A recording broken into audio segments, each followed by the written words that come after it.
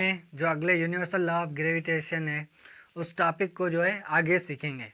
लेकिन उससे पहले मैं आपको बता दूं कि जो प्लैनेट्स का जो शेप होता है वो होता है स्फेरिकल, मतलब अप्रोक्सीमेटली स्फेरिकल होता है, लेकिन पूरा स्फेरिकल नहीं होता।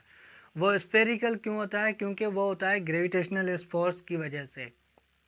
क्या होता है कि ये जो प्लैनेट्स होते हैं वो जो है ना बहुत बड़े होते हैं, उनका जो मास बड़ा होता है, तो ये मतलब वहाँ पे ये फोर्स असर करेगा। तो क्या होता है कि जो उनका मास होता है उसके अंदर जो पार्टिकल होते हैं वो पार्टिकल जो एक दूसरे पे जो है पुल लगाते हैं या फोर्स लगाते हैं इक्वली, हर डायरेक्शन में इक्वल फोर्स लगाने की वजह से जो इनका शेप जो है वो स्फेरिकल बन जाता है। ऐसे ही जैसे सपोज करें अगर आप गूंदा हुआ आटा लेके यहाँ से अगर ऐसे फोर्स लगाएं हर डायरेक्शन से इक्वल फोर्स, तो क्या होगा, उसका जो शेप हो जाएगा वो हो जाएगा स्फेरिकल। इसी तरह ग्रेविटी जो है, अंदर से जो ग्रेविटी जो फोर्स लगती है, जो मास होता है वो ग्रेविटेशनल फोर्स लगाता है प्लैनेट पे, उसी वजह से उसका जो शेप जो है वो हो जाता है स्फेरिकल। लेकिन पूरा स्फेरिकल शेप नहीं होता प्लैनेट्स का, क्योंकि उनकी स्पिन की वजह से क्या होता है कि वो जो है ना अपने एक्सिस पे स्पिन भी करते हैं, तो वो जो इक्वेटर पे जो है वो कुछ ज़्यादा बड़े हो जाते हैं। ठीक है, ऐसे ही अगर आप ऐसे ही बड़े हो जाते हैं, जैसे आपने देखा होगा कि जब कोई लड़कियां डांस कर रही होती हैं तो उनका जो घाघरा वगैरह होता है वो जो है एक्सपेंड हो जाता है। इसी तरह जो जब कोई प्लैनेट जो है ना रोटेट करता है या स्पिन करता है ना अपने एक्सिस पे, तो वो भी थोड़ा एक्सपेंड हो जाता है इक्वेटर पे।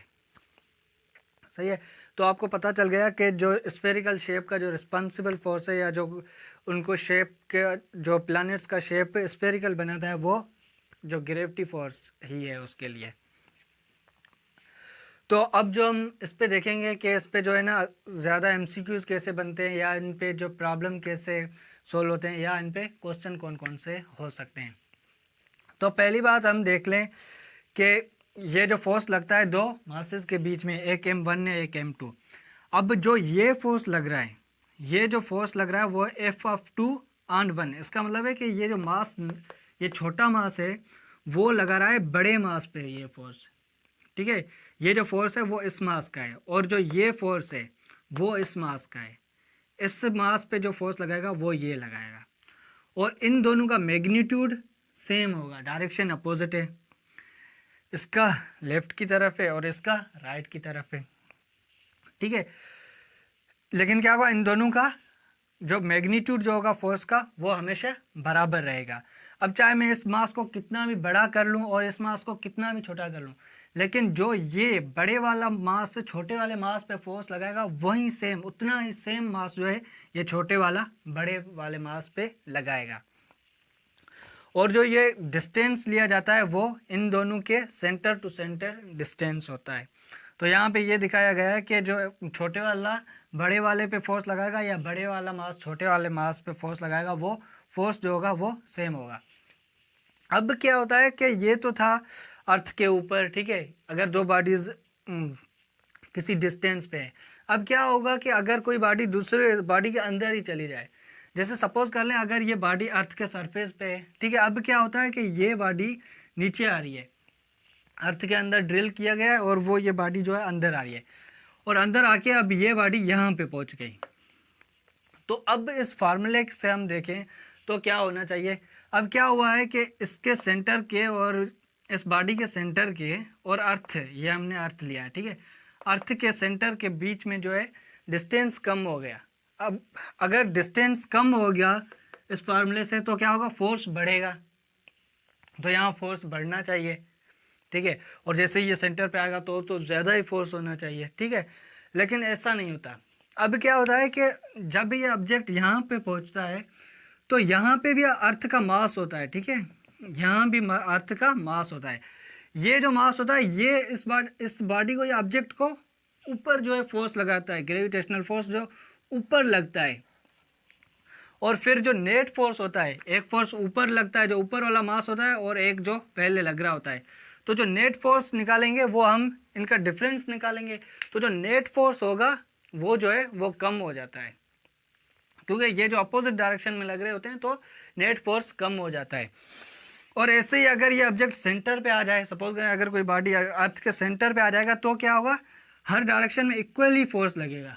ठीक है, इक्वली फोर्स लगने के वजह से जो नेट फोर्स होगा वो जो है ज़ीरो हो जाएगा, और इसलिए जो ग्रेविटी जी की जो वैल्यू होती है सेंटर ऑफ अर्थ पे ज़ीरो होती है। ठीक है, तो ये होता है केस अगर कोई ऑब्जेक्ट क्या हो रहा है, किसी दूसरे ऑब्जेक्ट, मतलब एक बड़ा स्फेरिकल बॉल है और छोटा स्फेरिकल बॉल अंदर जाएगा तो ये केस होगा। ये नहीं है कि वो अंदर जाता जाएगा तो वो उसके उस बड़े वाले स्फेरिकल बॉल के करीब जा रहा है तो फोर्स जो है वो बढ़ेगी, ऐसा नहीं है, क्योंकि अब जो है उस साइड वाला है, अपोजिट साइड पे भी मास आ जाएगा, वो भी अट्रैक्ट करेगा, तो रिजल्टेंट जो निकलेगा वो जो है कम हो जाएगा। ठीक है, तो अब ये तो पता चल गया कि अगर कोई ऑब्जेक्ट अर्थ के अंदर जाएगा तो फोर्स जो कम होता जाएगा, और सेंटर पे जाएगा तो वहाँ पे फोर्स जो है ज़ीरो हो जाएगा। ठीक है, अब केस पे एमसीक्यूज कैसे बन सकते हैं।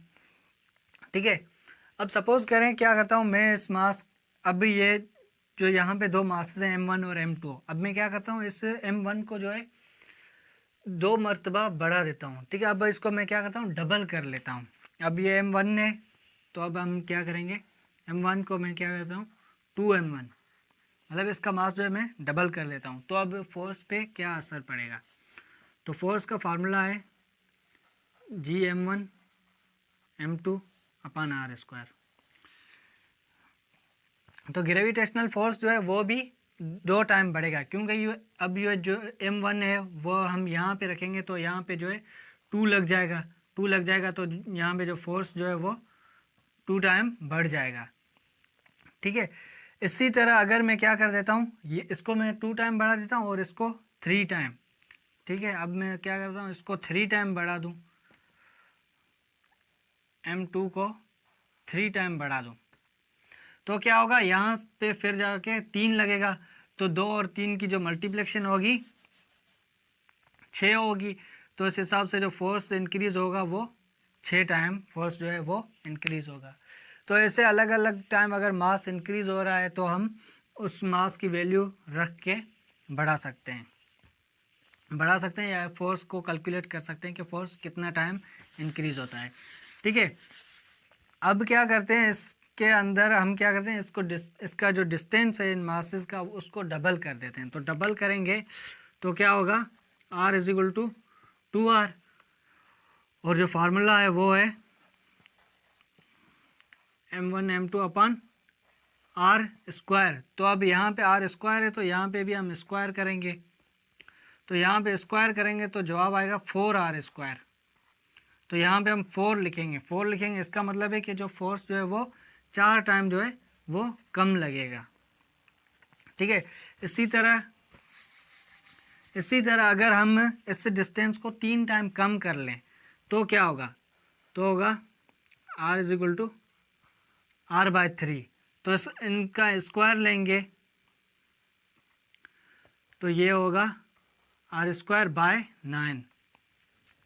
ठीक है, इसको 3 टाइम हमने कम किया है, तो यहाँ जो है 9 जो है नीचे आएगा, तो ये क्या होगा, ये जो 9 जो है वो ऊपर चला जाएगा, यहाँ ऊपर जाएगा, इसका मतलब कि इसने फोर्स को जो है कितने टाइम इंक्रीज़ कर दिया, 9 टाइम जो है वो फोर्स को इंक्रीज़ कर दिया। अब हम यहाँ पे क्या करते हैं, जी की वैल्यू को फाइंड करते हैं। अब सपोज कर लें ये अर्थ है और ये अर्थ पे एक ऑब्जेक्ट है, वो ऑब्जेक्ट कुछ भी हो सकता है, सपोज करें आप मुझे ही ले लें। ठीक है, और इनके बीच का जो डिस्टेंस है वो रेडियस ऑफ अर्थ है, क्योंकि अर्थ के सरफेस पे है तो सरफेस के जो ये ऊपर वाला डिस्टेंस है इससे हम निगलेक्ट कर सकते हैं। तो यूनिवर्सल लॉ ऑफ ग्रेविटेशन के हिसाब से इस पर जो फोर्स लगेगा वो लगेगा ये GM1 M2 upon R square. ठीक है, GM1, अब यहाँ पे M1 हम जो है मेरे मास को ले लेते हैं और M2 जो ले लेते हैं वो मास ऑफ अर्थ ले लेते हैं, ME अपॉन R स्क्वायर जो है वो हम रेडियस ऑफ अर्थ का स्क्वायर ले लेते हैं। और हमें भी पता है जो अभी जो फोर्स मुझ पे लग रहा है वो मेरे वेट के बराबर है। ठीक है, तो वेट का फार्मूला होता है mg।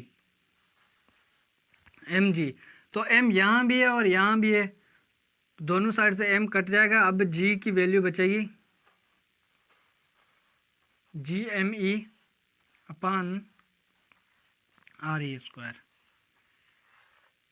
ठीक है, तो अब ये जो फार्मूला मिला है ये फार्मूला बड़ा यूज़फुल है।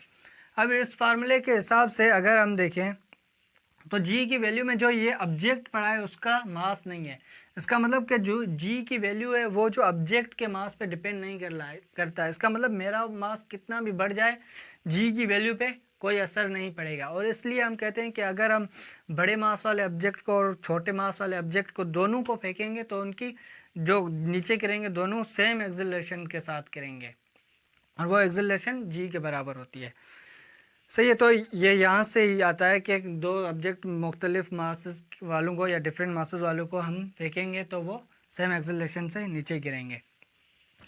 तो यार कभी कभी एक ऐसा भी क्वेश्चन आ सकता है कि अगर दो मासेस को हम, ठीक है, अगर दो मासेस को हम नीचे फेंकते हैं तो जिसका मास ज़्यादा होगा, ठीक है, जिसका मास ज़्यादा होगा उस पर फोर्स भी ज़्यादा लगेगा। अगर किसी ऑब्जेक्ट पे फोर्स ज़्यादा लग रहा है तो उसका मतलब उसके अंदर एक्सेलरेशन ज़्यादा आनी चाहिए। तो अब यहाँ से हम देखें force is equal to mass into acceleration, तो जो एक्सेलरेशन है वो जो रेशो हो जाता है फोर्स और मास का।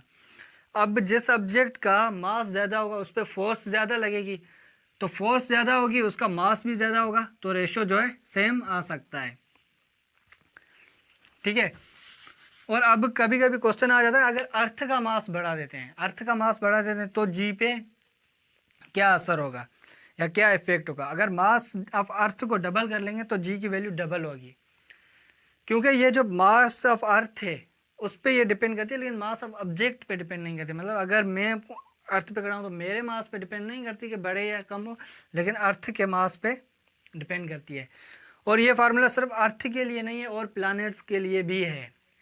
और इसी फार्मूला से जो हम जी की वैल्यू जो है डिफरेंट प्लैनेट्स पे निकाल सकते हैं और उससे हम ये पता लगा सकते हैं कि डिफरेंट प्लैनेट्स पे किसी भी ऑब्जेक्ट का वेट क्या होगा, क्योंकि वेट को जो डिसाइड करती है वो जी की वैल्यू डिसाइड करती है। ठीक है, और इसी फार्मूले को यूज़ करके हमें पता चलता है कि जी की वैल्यू जो मून पे 6 टाइम कम है। ठीक है, और अब अगर हम यहाँ पे कुछ क्वेश्चन कर लेते हैं कि अगर आर को हम सेंटर ऑफ अर्थ पे लेंगे तो वो 0 हो जाएगा, तो जी की वैल्यू जो है वो इन्फिनिटी हो। तो जो डेप्थ में जो जी के लिए फार्मूला यूज़ होता है वो ये नहीं होता, वो दूसरा होता है, वो हम अपने किसी और वीडियो में इंशाल्लाह देखेंगे।